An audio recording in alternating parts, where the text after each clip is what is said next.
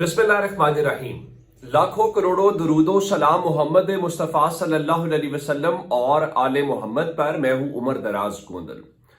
इमरान खान से मुतल्लिक उनके मुखालिफिन कह रहे हैं जी उनका वजूद जो है वो पाकिस्तान के लिए खतरा है या हमारी सियासत के लिए खतरा है, और दूसरी तरफ पाकिस्तान के जो लोग हैं वो इमरान खान के ऊपर एतमाद करते हैं, और हमने देखा कि 8 फरवरी को भी उन्होंने इमरान खान के हक में वोट दिया। और इसके दरमियान में जो एक बड़ी पेशरफ्त थी वो अमेरिका के अंदर थी। मुशाहिद हुसैन सैयद ये कह रहे थे कि ठीक है, पाकिस्तान के इलेक्शंस के ऊपर पहले भी समातें होती हैं, लेकिन किसी सियासी जमात की दरखास्त के ऊपर ये एक बहुत बड़ी कामयाबी तस्वुर की गई। उसके बाद उस कमेटी ने, जो कांग्रेस की कमेटी है, उसने करारदाद भी पास की जो 50-0 से करारदाद है, जिसके बाद वो अब बाकायदा कमेटी से ऐवान के अंदर पेश की जाएगी और उसके अंदर तमाम तर वो जो 5 निकात हैं जो पाकिस्तान तहरीक इंसाफ के मुतालिबात हैं हमने वो देखे। उस दौरान अगर आपको देखा, अपनी वो समात याद हो, तो कांग्रेस के जो रुकन हैं वहां पे जो उन्होंने मुख्तलिफ जो बातें की, उनमें से एक जो ब्रेड शर्मैन है, उन्होंने ये कहा था कि अमरीकी सफीर को अडियाला जेल जाना चाहिए और वहां पे ये, ताकि इमरान खान जो है वो उनकी जिंदगी भी महफूज हो सके और उसके बाद वो अगली स्टोरी भी बता सके, क्योंकि ये वन साइडेड है। डोनाल्ड लू ने जो बात की है, अब क्या अमरीकी सफीर जो हैं वो इमरान खान से मुलाकात करने जा रहे हैं या मुलाकात कर चुके हैं या मुलाकात का इरादा रखते हैं, या फिर अगर उनको अमेरिका की कोई कमेटी कहती है तो क्या वो बाउंड हैं उसको फॉलो करने के, और उसके नतीजे में वो जाके अडियाला जेल में मुलाकात करेंगे, और उसका प्रोटोकॉल क्या है? क्या जिस तरह से वो वुज़रा से मिल रहे हैं इसी तरह से मुलाकातें करेंगे, या उसके लिए उन्हें पाकिस्तान की हुकूमत से पहले इजाजत लेनी पड़ेगी, वो इजाजत देंगे तो मुलाकात होगी, या वो उधर बता देंगे कि जनाब देखिए हम तो मुलाकात करना चाहते थे लेकिन पाकिस्तान की जो हुकूमत है उसने हमें मुलाकात की इजाजत नहीं दी। अब उस मुलाकात के हवाले से जो शोर है, अब उसके ऊपर ये कहा गया है, शहबाज शरीफ की हुकूमत ने, खासकर जो वजीर खारजा हैं इसहाक डार, जाहिर है इसहाक डार का मतलब शरीफ खानदान है, वो उनके रिश्तेदार हैं, उनका ये बताना है कि जनाब देखिए जब उनके मुताबिक अब अगर अमरीकी सफीर इमरान खान से मुलाकात करना चाहते हैं तो उनकी इस मुलाकात की दरखास्त के ऊपर अदालत फैसला करेगी। यानी उनके मुताबिक शहबाज शरीफ हुकूमत तो कम से कम ये भी जिम्मेदारी लेने को या बोझ उठाने को तैयार नहीं है कि जी हम मुलाकात नहीं करने देंगे, या हम इस मुलाकात के हक में नहीं हैं, या हम इसकी इजाजत नहीं देंगे। उल्टा वो सारी चीज को अदालत के ऊपर डाल रहे हैं और अमरीकी सफीर को रास्ता दिखा रहे हैं कि आप अदालत जाएं, अदालत से आप दरखास्त दायर करें और वहां से इजाजत दें।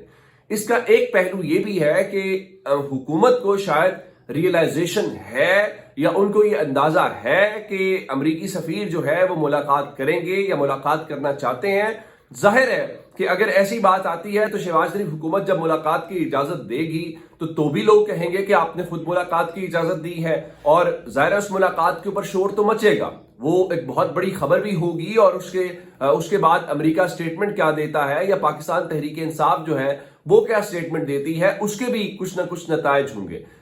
इसका एक मतलब ये भी है। और दूसरे नंबर के ऊपर हो सकता है कि कल को हुकूमत की अदालत को रास्ता इसलिए दिखा रही हो कि वो मुलाकात करना, उसको अमेरिका को ये रास्ता इसलिए दिखा रही हो कि वो मुलाकात करना चाहे तो पाकिस्तान की हुकूमत ये एतराज कर सकती है या कम से कम अवामी सतह के ऊपर फेस सेविंग कर सकती है कि देखिए जी इस किस्म की जो मुलाकातें हैं वो पाकिस्तान के अंदरूनी मामलात के अंदर मुदाखलत है। गो कि हमें मुदाखलत की पुरानी आदत है, हम फिर उससे भी मुकर जाते हैं, फिर वो कहें कि हमने देखा मुदाखलत नहीं की, हाँ देखा, वो कह रहे हैं मुदाखलत नहीं की। तो ये एक बड़ी इंपॉर्टेंट डेवलपमेंट है, और इसहाक डार की जो स्टेटमेंट है इसके ऊपर जाहिर है सवालों जवाब तो बहुत ज्यादा हमें पैदा होते हुए दिखाई दे रहे हैं। नंबर 2, देखिए इस वक्त शहबाज शरीफ हुकूमत की जो कुल हैसियत नजर आ रही है इस्लामाबाद के अंदर, वो इससे ज्यादा नहीं है कि आप परेड अटेंड कर लें, इससे ज्यादा नहीं है कि आप झंडे वाली गाड़ी में बैठ जाएं, इससे ज्यादा नहीं है कि आप प्रोटोकॉल एंजॉय कर लें, इससे ज्यादा नहीं है कि शहबाज शरीफ अपने नाम के साथ वजीर आजम लिख लें और बाकी जो वुज़रा हैं वो लिख लें जी मैं भी पाकिस्तान के अंदर विफाकी वजीर बना था। मैंने आपको बड़ी तफसील के साथ बताया था कि 5 अहम कमेटीज जो हैं, जो वजारत खारजा से जुड़ी और वजारत खजाना से जुड़ी हुई होती हैं, उनमें से सिर्फ एक कमेटी की जो सरबराही है वो वजीर खजाना औरंगजेब साहब को दी गई, باقی یا احسن اقبال کو ایک دے دی گئی، ایک ان کو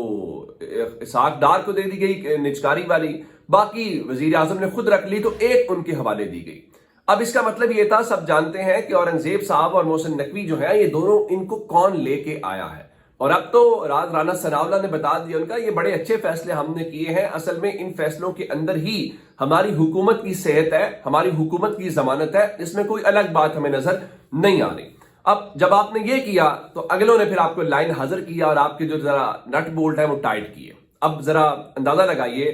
کہ یہ کیسا وزیر اعظم ہے جس نے خود ایک کمیٹی بنائی،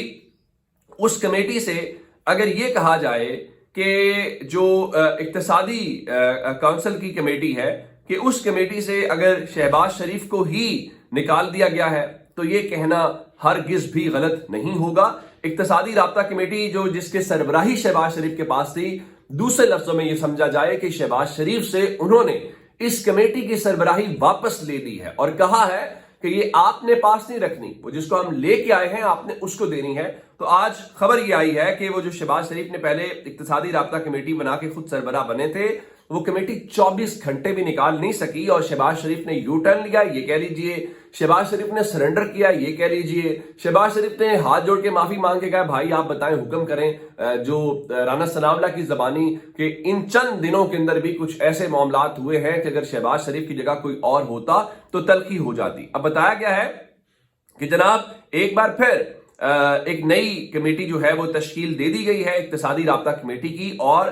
نہ صرف وزیر اعظم بلکہ وزیر خارجہ یعنی اسحاق ڈار جن کو بہت شوق ہے معاملات، لوگ تو کہہ رہے ہیں کہ اب اسحاق ڈار واپس کب وزیر خزانہ آتے ہیں، جو چیزیں لچھن نظر آ رہے ہیں مسلم لیگ نون کے، کیونکہ بتایا گیا تھا جی وہ تحفظات کا اظہار کیا گیا تھا مسلم لیگ نون کے اندر سے کہ یہ ساری کمیٹیز وزیر خزانہ کو نہیں دی جانی چاہیے۔ تو اب شہباز شریف کو بھی اس کمیٹی میں سے فارغ کر دیا گیا ہے، اسحاق ڈار کو بھی وزیر خارجہ کو بھی فارغ کر دیا گیا۔ اب کمیٹی کی تشکیل 9 ہوئی ہے اور اب اس کمیٹی کے جو چیئرمین ہیں وہ منسٹر فار فائنانس ہیں جو اورنگزیب ہیں، اس کے علاوہ اکنامک افیئرز کی جو منسٹر ہیں کامرس کے ہیں، اس کے علاوہ انرجی کے ہیں، پیٹرولیم اور پلاننگ ڈیولپمنٹ احسن اقبال وغیرہ۔ اب اس سے زیادہ اگر شہباز شریف کے ساتھ روزانہ کی بنیاد کے اوپر یہ ہو رہا ہے تو آپ مجھے یہ بتائیے کہ اس حکومت کی کیا سٹینڈنگ ہوگی، اس حکومت کی کیا پوزیشن ہوگی، آپ لوگوں کو کیا بتائیں گے؟ اچھا ایک چیز ہو گئی یہ، اب میں نے آپ کو جو اقتصادی رابطہ کمیٹی ہے اس کی بتا دیا ہے کہ اس کی تشکیل 9 ہو کے شہباز شریف سے یہ واپس لے لیا گیا۔ اب اگلی خبر سن لیجئے، کل شاہد خاقان عباسی کہہ رہے تھے کہ نواز شریف کو حلقہ N130 کی سیٹ چھوڑ دینی چاہیے اور ان کی جیت کی کوئی شبہات ہے اور انہیں ضمنی الیکشن کی طرف جانا چاہیے۔ اب ایک اور خبر سنیے، مفتاح اسماعیل جن کا تعلق مسلم لیگ نون سے ہے اور ظاہر ہے وہ مسلم لیگ نون کو انہوں نے چھوڑا نہیں ہے، ریزائن نہیں کیا، ابھی تک وہ اس کا حصہ ہے۔ یہ الگ بات ہے کہ وہ وزیر بنے تو اسحاق ڈار نے ان کو فیل کرنے کے لیے کوئی کسر چھوڑی نہیں ہے اور پورے کے پورے کام کیے۔ مفتاح اسماعیل نے فاروق شہباز بڑھائی صاحب کے پروگرام کے اندر یہ بات کی اور کہا کہ ہم نے کچھ سروے کروائے تھے، ظاہر ہے وہ سروے کراچی کی حد تک تھے، مسلم لیگ نون نے کروائے تھے، اور ان کے مطابق وہ سروے یہ بتا رہا تھا کہ تحریک انصاف کراچی کے اندر 15 سیٹیں 15 بآسانی جیت رہی تھی، لیکن جب الیکشن نتائج آئے تو تحریک انصاف کو کراچی سے ایک سیٹ نہ ملنا، ایک بھی سیٹ نہ ملنا حیرت کا باعث تھا۔ اب ذرا ایک تو مفتاح اسماعیل کی یہ گواہی لے لیں جس میں وہ کہہ رہے ہیں کہ ہم نے سروے کروایا اور وہ سروے بتا رہا تھا کہ پاکستان تحریک انصاف 15 سیٹیں جیت رہی تھی۔ اب اس کے بعد واپس چلتے ہیں، آپ کو یاد ہوگا کہ وہ جب مسلم لیگ نون پیپلز پارٹی MQ مذاکرات کر رہے تھے تو نون لیگ نے کہا تھا کہ پیپلز پارٹی والے کہتے ہیں کہ یہ جو MQ کے پاس کراچی کا مینڈیٹ ہے یہ 100% جعلی ہے۔ اچھا اس کے بعد MQ نے کہا نہیں ہمارا 100% جعلی ہے تو آپ کا 200% جعلی ہے، یعنی یہ بات طے شدہ تھی کہ دونوں کا جعلی ہے۔ اب یہ باقی طے کرنا ہے کہ 100% کس کا ہے اور 200% کس کا ہے۔ اب اس گواہی کے بعد اب مجھے یہ بتائیے کہ پاکستان کے لوگوں کا جو مینڈیٹ ہے اگر آپ اس کی اس طرح توہین کرتے ہیں، اس طرح کرتے ہیں، تو پھر میرا نہیں خیال کہ پاکستان کے اندر آپ کو کوئی الیکشن کروانے کی ضرورت ہے یا اس پروسیس کے اندر پڑھنے کی کوئی ضرورت ہے۔ پھر آپ سیدھا وہ کریں جس کو جتانا چاہتے ہیں، پھر آپ یہ تماشا کیوں لگاتے ہیں؟ مثال کے طور کے اوپر آپ کو یاد ہوگا یہ جو اس طرح علیم خان کو لایا گیا तो अलीम खान ने और इन सब ने कहा देखे जनाब हम तो क्या कहते हैं कि तनख्वाह नहीं लेना चाहते। अब उस तनख्वाह के बाद अगली खबर सुन लीजिए, खबर मैं आपको दे देता हूं। इमरान भट्टी साहब का बताना ये है, सुनन न्यूज से वाबस्ता है, कि अलीम खान की सोसाइटी पाक व्यू को जो रूडा है यानी रावी अर्बन डेवलपमेंट अथॉरिटी जो है उसकी जानिब से 11,000 कनाल जमीन जो है उनकी जो पाक व्यू सोसाइटी है उसके लिए एनओसी जारी कर दिया गया है। और रूडा की जानिब से 11,000 कनाल मिलने के बाद अलीम खान की पाक व्यू सोसाइटी जो है वो 31,000 कनाल के साथ लाहौर का सबसे बड़ा रिहायशी मंसूबा बन गया है। इस तरह से अलीम खान ने लाहौर के जो सबसे बड़े लैंड डेवलपर तस्वुर किए जाते हैं मलिक रियाज बाकी, उन सबको पीछे छोड़ दिया। अब मुझे ये बताइए, और एक खास बात आपको बताऊं, ये जो 11,000 कनाल देने का नोटिफिकेशन है ये Ravi urban development authority Imran Khan के दौर में बनी थी और उस वक्त भी अलीम खान जो हैं वो चाहते थे कि उनको ये उनको वो दिया जाए एनओसी, लेकिन नहीं दिया गया था। लेकिन अब उनके जो दस्ते राज शैब सिद्दीकी हैं उनके नाम के ऊपर ये नोटिफिकेशन जारी किया गया है। चूंकि अब वो अलीम खान तो खुद जाहिर है वजीर बन गए हैं तो उनके नाम के ऊपर तो किया जाता तो बड़ा तमाशा था। और इनकी जो इमरान खान से नाराजगी थी ना, ये जो बाद में एक तो कहते हैं वजीर आला बनाना, दूसरा ये जो रूडा के अंदर 11,000 कैनाल वाला मसला है ये भी एक मसला था कि इमरान खान 11,000 कैनाल नहीं दे रहा, तो उसके ऊपर फिर ये सब कुछ इन साहब ने किया। लेकिन अब उनको वो जो कहते हैं मैं तनख्वाह नहीं लूंगा, उनको इमरान खान के खिलाफ वो सब कुछ करने की जो उजरत है अमली तौर पे वो मिल गई है। अच्छा ये नहीं है, एक और वो दूसरे साहब जो हैं परवेज खटक, अब वो फिर मैदान में आए हैं। हालांकि परवेज खटक के साथ जो खैबर पख्तूनख्वा के लोगों ने किया है, मेरे ख्याल से परवेज खटक को माफी मांगनी चाहिए। लेकिन परवेज खटक कहता है जी इमरान खान का मुझ पर कोई एहसान नहीं है, मैं दोबारा खैबर पख्तूनख्वा का वजीर आला बनूंगा, आपका वोट जाया नहीं जाएगा और इमरान खान को कुछ पता नहीं है। आप इलेक्शन से पहले भी कहते थे कि मुझे कोई माई का लाल वजीर आला बनने से रोक के दिखाए, फिर पाकिस्तान के लोगों ने रोक के दिखाया है। चलें आइंदा भी किस्मत आजमा लें। तो ये अब तक की अपडेट से अपना बहुत सारा ख्याल रखिएगा। खुदा हाफिज।